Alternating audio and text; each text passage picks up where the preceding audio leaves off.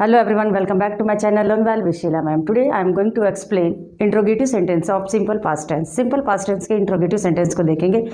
ये जो वीडियो है पार्ट 2 है जिसमें हम कवर करने वाले हैं रूल नंबर 3, 4, 5। ओके, तो इसमें देखेंगे कि किस तरह से जो 3, 4, 5 रूल नंबर है और ये इंट्रोगेटिव सेंटेंस है इसको किस तरह से बनाया जाएगा। ठीक है, तो अगर आप मेरे चैनल पर पहली बार है तो प्लीज़ सब्सक्राइब माई चैनल, और अगर आपको मेरा वीडियो अच्छा लगे तो लाइक शेयर करना ना भूलें। विदाउट एनी डिले चलिए देखते हैं कि जो इंट्रोगेटिव सेंटेंस है रूल नंबर 3, 4, 5 जो है ये किस तरह से बनता है, इसे चलिए देखते हैं। तो यहाँ पर जैसे कि हम देख रहे हैं कि रूल नंबर 3 में जो हमारा है, रूल नंबर 3 में फार्मूला जो होगा how many, how much, which, whose, और उसके बाद होता है नाउन, उसके बाद होता है डिड और सब्जेक्ट, वर्ब की फर्स्ट फॉर्म आएगी एंड देन क्या आ जाएगा अदर वर्ड्स, और उसके बाद में क्या हो जाएगा इंट्रोगेशन मार्क लास्ट में लगता है। ठीक है, तो यहाँ पर जो हम देख रहे हैं कि रूल नंबर 3 में है जो सबसे फोकस क्या होता है, इंट्रोगेटिव वर्ड्स तो जरूर है ये। ठीक है, लेकिन इंट्रोगेटिव वर्ड्स अगर क्या, क्यों, कब, कैसे बीच में आता है तो उसमें क्या होता है कि नाउन नहीं होता है। ठीक है, उसमें WH फैमिली के जस्ट बाद क्या लग जाता है, डिड लग जाता है, और डिड के बाद हम क्या करते हैं, सब्जेक्ट लगाते हैं, और सब्जेक्ट के बाद में वर्ब, और वर्ब के बाद में हमारी जो अदर वर्ड्स आते हैं, और उसके बाद में लास्ट में इंट्रोगेशन मार्क आता है। लेकिन जब how many, how much, which, whose, ये जो 4 इंट्रोगेटिव सेंटेंस है, इस इंट्रोगेटिव सेंटेंस में नाउन्स आते हैं। तो जब नाउन आते हैं इनके साथ तो हम सबसे पहले क्या करते हैं, WH फैमिली जो होती है हाउ मेनी, हाउ मच, विच और हुज, इनके जस्ट बाद हम नाउन लगाते हैं, और नाउन के बाद हमारी डिड होगी, और डिड के बाद हम क्या करेंगे, सब्जेक्ट लगाएंगे। सब्जेक्ट चाहे सिंगुलर हो प्लूरल हो, सभी के साथ सिंपल पास्ट टेंस में क्या लगता है, डिड लगता है, और डिड के साथ सारे जितने भी सब्जेक्ट होते हैं उनके साथ तो वो लगेगा। ठीक है, और उसके बाद में हमारी अदर वर्ड्स आएगी। ठीक है, तो अब मान लीजिए कि जैसे कि हम एग्जाम्पल्स के थ्रू समझ लेते हैं कि किस तरह के सेंटेंस होंगे। अब जैसे कि मैंने यहाँ सेंटेंस लिया है how many mangoes did you eat. ठीक है, यहाँ हम क्या कहने का मतलब क्या है कि how many mangoes did you eat, तुमने कितना आम खाया। क्या होगा इसका हिंदी, अगर हिंदी में ट्रांसलेट करते हैं इस सेंटेंस को तो क्या बनेगा, तुमने कितना आम खाया। अब यहाँ पर जो हमारा यू आया है सब्जेक्ट हम कुछ भी ले सकते हैं, सब्जेक्ट हम चेंज कर सकते हैं। जैसे हम कह सकते हैं how many mangoes did he eat, how many mangoes did we eat. ठीक है, तो ये जो हमारा क्या होगा, सब्जेक्ट हम कुछ भी चेंज कर सकते हैं, इसमें कोई दिक्कत नहीं है। ठीक है, अब नेक्स्ट मेरा सेंटेंस है हाउ मेनी, एक और सेंटेंस है how many ice creams did she eat. ठीक है, यहाँ पर क्या है हाउ मेनी, यानी तुमने, जैसे यहाँ सेंटेंस है how many ice cream did she eat, she मतलब वह कितना वह कितना आइसक्रीम खाई। ठीक है, तो जो लास्ट में खाई या ई ए इस तरह से अगर सेंटेंस आते हैं तो उसे हम कहते हैं सिंपल पास्ट टेंस। ठीक है, यानी ये जो सिंपल पास्ट टेंस के सेंटेंस होते हैं उसके लास्ट में या ई ए इस तरह से जो भी होंगे सेंटेंस के लास्ट में आएंगे तो हम आइडेंटिफाई कर सकते हैं कि ये सिंपल पास्ट टेंस के सेंटेंस है। ओके, अब नेक्स्ट जो मेरा सेंटेंस है विच से सेंटेंस क्या बना है, सॉरी हाउ मच से बना है। यहाँ सेंटेंस क्या बना है, थर्ड नंबर का how much milk did we drink. अब यहाँ पर देखिए सबसे फर्स्ट वाले सेंटेंस में हमने हाउ मेनी यूज़ किया था, लेकिन थर्ड सेंटेंस में हाउ मच यूज़ कर रहे हैं। हाउ मच इसलिए कर रहे हैं क्योंकि जो मिल्क है ना अनकाउंटेबल नाउन है, जब अनकाउंटेबल नाउन आता है तो हम उस अनकाउंटेबल नाउन्स के साथ क्या यूज़ करते हैं, हाउ मच यूज़ करते हैं। ठीक है, तो यहाँ पर क्या बना sentence how much milk did we drink, यहाँ वी की जगह हम सब्जेक्ट चेंज कर सकते हैं, how much milk did you drink, how much milk did she drink, यानी यहाँ सब्जेक्ट हम कुछ भी चेंज कर सकते हैं, कोई दिक्कत नहीं होगी। ठीक है, ओके, अब नेक्स्ट 4 नंबर का सेंटेंस है हमारे पास विच। अब विच जो लगा है क्या हुआ है, विच फ्रॉक डिड शी वियर, यानी इसका एग्जैक्ट मीनिंग क्या हो जाएगा, वह कौन सा फ्रॉक पहनी। ठीक है, क्या हो जाएगा इसका मतलब, वह कौन सा फ्रॉक पहनी।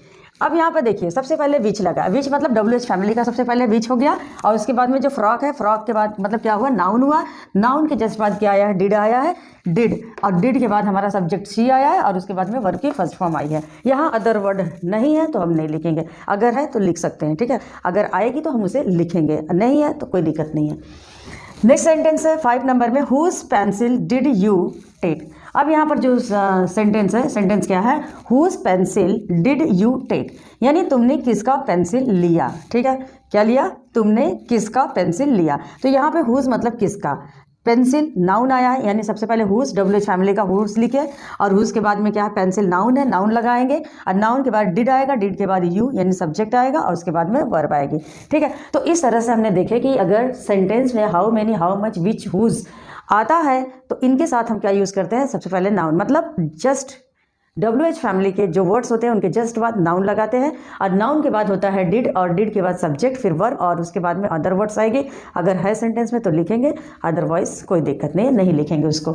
और उसके बाद में लास्ट में इंट्रोगेशन मार्क आता है, ठीक है। तो यहाँ हमने देखे रूल नंबर 3। अब रूल नंबर 4 में चलते हैं। रूल नंबर 4 क्या है? रूल नंबर 4 जो होता है ना, हु आते हैं उसमें। हु मतलब कौन। जब कौन ही कर्ता का कार्य कर रहा हो तो हम क्या करते हैं, सिंपल पास्ट टेंस में हम क्या करते हैं, हु के जस्ट बाद वर्ब आती है, और वर्ब जो होगी वो सेकंड फॉर्म की होगी, ठीक है। और उसके बाद में क्या लिखेंगे, ऑब्जेक्ट या अदर वर्ड्स हम लिख सकते हैं, यानी ऑब्जेक्ट भी कहते हैं उसे, या अदर वर्ड्स, ठीक है। और उसके बाद में होता है इंट्रोगेशन मार्क। अब जैसे मेरा सेंटेंस होगा हु कॉल्ड यू, इसका मतलब होगा कि तुम्हें कौन बुलाया, ठीक है। तुम्हें कौन बुलाया, हमें कौन बुलाया, मुझे कौन बुलाया, इस तरह से सेंटेंस होगा, हम बना सकते हैं। जैसे अगर मैं कहूँ कि मुझे कौन बुलाया, हु कॉल्ड मी। अब देखिए कॉल्ड है, ये वर्ब की सेकंड फॉर्म आया है, ठीक है, और हु, ठीक है। तो जब भी कौन ही कर्ता का कार्य कर रहा होता है तो हम क्या करते हैं, उसमें सबसे पहले हु लिखते हैं, और हु के बाद में जो वर्ब होगी, वर्ब की सेकंड फॉर्म आएगी, और उसके बाद में क्या हो जाएगा, ऑब्जेक्ट आएगा। ऑब्जेक्ट के बाद में हम क्या लिखेंगे, इंट्रोगेशन मार्क लगाएंगे, ठीक है। इंट्रोगेटिव सेंटेंस है, इंट्रोगेशन मार्क बहुत ही इंपॉर्टेंट है। नेक्स्ट, अब जैसे कि अगर मुझे बोलना है कि तुम्हें इंग्लिश कौन पढ़ाया, ठीक है, तुम्हें इंग्लिश कौन पढ़ाया, तो क्या हो जाएगा, who taught you English. Teach से क्या बन गया, taught, who taught you English, ठीक है। तो यहाँ हमने देखे कि रूल नंबर 4 जो है, अगर कौन ही कर्ता का कार्य कर रहा है तो किस तरह से सेंटेंस बनेगा, ठीक है। याद रखना है कि जब हु सेंटेंस में आता है और सिंपल पास्ट टेंस होता है तो उसमें डिड नहीं लगाते हैं, ये इंपॉर्टेंट है, इसको नोट कर लीजिए कि जब हम डिड नहीं लगाएंगे और क्या करेंगे, WH फैमिली सबसे पहले होगी, यानी हु होगा, उसके बाद में वर्ब की सेकंड फॉर्म होगी। क्यों? क्योंकि इसमें जब डिड नहीं लगा है तो ये वर्ब की सेकंड फॉर्म आएगी इसमें, और उसके बाद में हम ऑब्जेक्ट लगा देंगे, और लास्ट में क्या लगाएंगे, इंट्रोगेशन मार्क, ठीक है। तो यहाँ पर जो लास्ट वाला है क्या सेंटेंस है, हु टॉट यू इंग्लिश।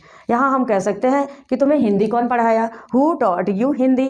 तुम्हें साइंस कौन पढ़ाया, हु टॉट यू साइंस, ठीक है। तो यहाँ पर हम क्या कर सकते हैं, सेंटेंस को इस तरह से बना सकते हैं। नेक्स्ट रूल नंबर 5 पे चलते हैं। रूल नंबर 5 जो है, इंट्रोगेटिव प्लस निगेटिव सेंटेंसेस, यानी इंट्रोगेटिव भी होगा और वो निगेटिव भी होगा। अगर इंट्रोगेटिव और निगेटिव सेंटेंस होंगे तो सबसे पहले हमें क्या करना होगा, अगर WH फैमिली अगर आती है तो सबसे पहले WH फैमिली के वर्ड्स को राइट करेंगे, और उसके बाद में डिड लगाएंगे। डिड के बाद में हम क्या लगाएंगे, सब्जेक्ट लगाएंगे, और सब्जेक्ट के बाद नॉट लगा देते हैं, और उसके बाद वर्ब आएगी, और वर्ब के जस्ट बाद क्या हो जाएगा, अदर वर्ड्स आएगा, या ऑब्जेक्ट हम लिखेंगे, ठीक है। तो जैसे कि मेरा सेंटेंस है, Y did you not eat the food, यानी इसका मतलब है कि तुमने खाना क्यों नहीं खाया। तुमने खाना क्यों नहीं खाया, यानी क्यों भी है और नहीं भी है। तो यहाँ पर क्या है, इंट्रोगेटिव सेंटेंस भी है और निगेटिव सेंटेंस भी है। जब इंट्रोगेटिव और निगेटिव सेंटेंस आता है तो उसके साथ हम क्या करते हैं, नॉट जो होगा हमारा सब्जेक्ट के बाद और वर्ब से पहले क्या लगेगा, नॉट लगेगा। जैसे सेंटेंस क्या बना, वाई डिड यू के जस्ट बाद नॉट लग जाएगा, you not eat the food, ठीक है। तो इस तरह से हम सेंटेंस को बना सकते हैं। अगर मैं कहूँ कि तुम घर क्यों नहीं गए तो क्या हो जाएगा, why did you not go to house, ठीक है। तुम आज स्कूल क्यों नहीं गए, तो हम इसको भी बना सकते हैं, तुम आज स्कूल क्यों नहीं गए, why did you not go to school today, ठीक है। तो सेंटेंस में क्या होगा कि अगर इंट्रोगेटिव है, निगेटिव है, तो हम उसको भी क्या कर सकते हैं, बनाएंगे। लेकिन कहाँ नॉट लगेगा, ये इंपॉर्टेंट है, ध्यान देने वाली बात। जब इंट्रोगेटिव और निगेटिव दोनों सेंटेंस में आते हैं तो जो नॉट है वो नॉट कहाँ लग जाएगा, सब्जेक्ट के जस्ट बाद लगेगा और वर्ब से पहले लगेगा। इस बात को एकदम याद रखना है, ठीक है। और जो हु वाला सेंटेंस अगर आता है तो हु वाले सेंटेंस में हम डिड नहीं लगाते हैं, इसको नोट कर लेना चाहिए कि वो उसमें डिड नहीं लगेगा। और जब डिड नहीं लगेगा तो वर्ब की कौन सी फॉर्म होगी, सेकंड फॉर्म आएगी, ठीक है। तो इस तरह से हमने देखे कि जो हमारा इंट्रोगेटिव प्लस निगेटिव है किस तरह से बना। और ये इंट्रोगेटिव सेंटेंस जो है सिंपल पास्ट टेंस का इंट्रोगेटिव सेंटेंस, इसमें हमने कवर किया है रूल नंबर 3, 4 और 5 को। और अगर आपको मेरा वीडियो अच्छा लगा तो प्लीज़ लाइक शेयर जरूर करिएगा। मिलते हैं नेक्स्ट वीडियो में।